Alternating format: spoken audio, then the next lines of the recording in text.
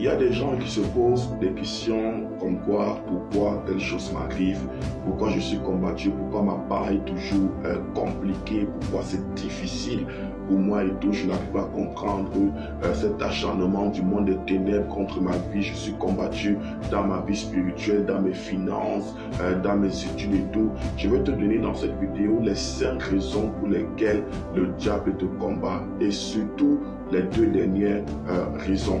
La première raison pour laquelle le diable te combat, c'est tout simplement parce que tu appartiens au camp de la lumière. Donc le camp auquel tu appartiens t'impose déjà une bataille. Le camp auquel tu appartiens t'impose déjà un combat. Dès le jour où tu as donné ta vie à Jésus, ou alors dès le jour où tu as reçu Jésus-Christ comme ton Seigneur et Sauveur personnel, tu as déclaré la guerre au monde des ténèbres. Il n'y a pas de relation entre la lumière et les ténèbres. La Bible dit que nous avons été transportés du royaume des ténèbres vers le royaume de lumière. Donc dès le jour où tu es devenu enfant de Dieu, mon frère, ma soeur, dans le monde spirituel, dans le monde des ténèbres, tu es devenu une cible à abattre. Donc ton identité d'enfant de Dieu, ton identité de né de nouveau te confère déjà des batailles, te confère des attaques. La deuxième raison pour laquelle tu es combattu, c'est tout simplement à cause de la prophétie qu'il y a sur ta vie. C'est la raison pour laquelle j'ai souvent l'habitude de dire que la prophétie, ce n'est pas pour les bébés spirituels. Il y a des prophéties qui ne font pas donner aux bébés spirituels jusqu'à ce qu'ils atteignent un certain niveau de maturité. Chaque prophétie relâchée sur votre vie va vous attirer des conflits du monde des ténèbres. Ça va vous attirer des batailles du monde des ténèbres. Dès le jour où Dieu a parlé dans votre vie, le monde des ténèbres également parlera dans votre vie ou alors parlera à votre sujet. Dès le jour où le Seigneur a pointé son doigt pour vous donner, pour vous révéler sa pensée, son agenda au sujet de votre destinée, sachez que vous êtes devenu une cible pour le monde des ténèbres. Donc la prophétie qu'il y a sur votre vie va vous amener des combats et des batailles, et c'est la deuxième raison pour laquelle le diable te combat. La troisième raison pour laquelle tu es beaucoup combattu, c'est à cause de la grandeur de ton étoile. C'est à cause de la grandeur de ton étoile.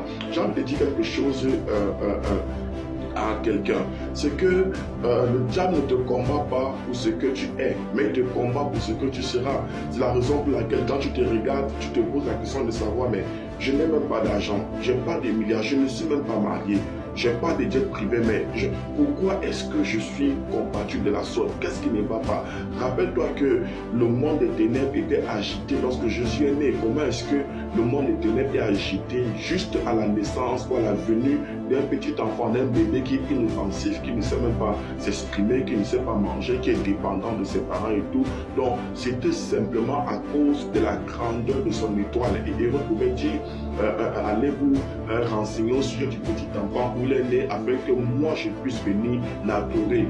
Donc, il y a eu un décret de mort, une sentence de mort à cause de ce que Jésus devait être.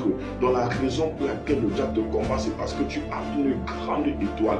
Et il sait très bien que s'il te laisse vivre, tu vas accomplir des choses extraordinaires. Et c'est pour cela qu'il y a cet acharnement du monde des ténèbres contre ta vie. Je prie que le Seigneur préserve ton étoile au nom de Jésus-Christ. La quatrième raison pour laquelle le diable te combat, c'est tout simplement parce que tu portes l'onction de Dieu sur ta vie. Lui, le monde des ténèbres n'aime pas l'onction parce que l'onction est une arme de destruction des œuvres et des activités des ténèbres.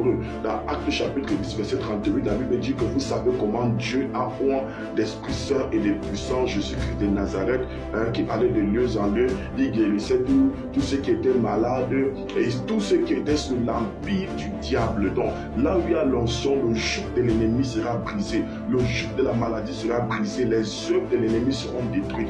Et vu que Satan sait que vous êtes un danger, vous êtes une menace pour vous, même si vous n'avez pas encore l'argent et que vous avez l'onction, vous aurez des batailles, vous aurez des tentations, vous aurez tout genre de combat. S'il te plaît, avant que je te donne la cinquième raison pour laquelle le diable te combat, mets un cœur, abonne-toi, commente et à la fin, n'oublie pas de partager cette vidéo.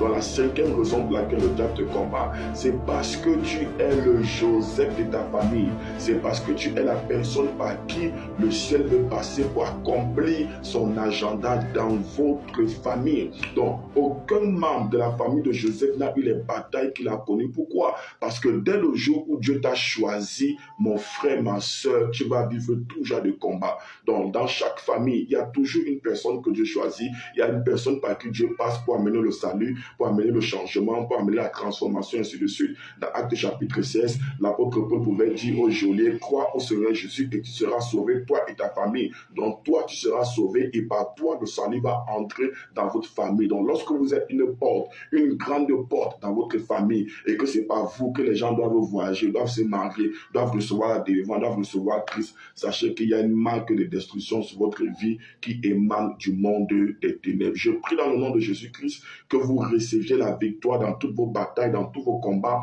Le Seigneur dit à Jérémie, ils te feront la guerre, mais ils ne te vaincront pas. Que cette portion de l'Écriture soit ton partage et ta portion au nom suprême et souverain de Jésus-Christ. Amen.